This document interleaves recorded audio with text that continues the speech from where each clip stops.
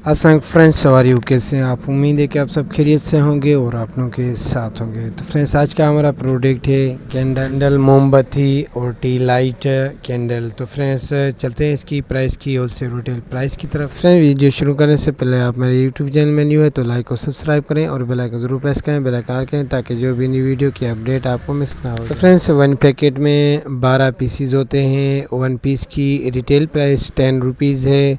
Friends, ये आपको wholesale price में 12 पैकेट 1 डज़न 1200 से लेकर 1144 रुपये में फाइनली आपको 1 डज़न मिल जाएगा। 12 पैकेट मिल जाएंगे। 1 पैकेट में 12 पीसीज होते हैं। मज़ीद वीडियो देखने के लिए हमारे चैनल का विज़िट कीजिए और डेली प्राइस अपडेट के लिए लाइक और सब्सक्राइब करें और बेल आइकन ज़रूर प्रेस करें, बेल आइकन करें ताकि जो भी न्यू वीडियो हमारे अपलोड हो आपको नोटिफिकेशन पहुँच जाए।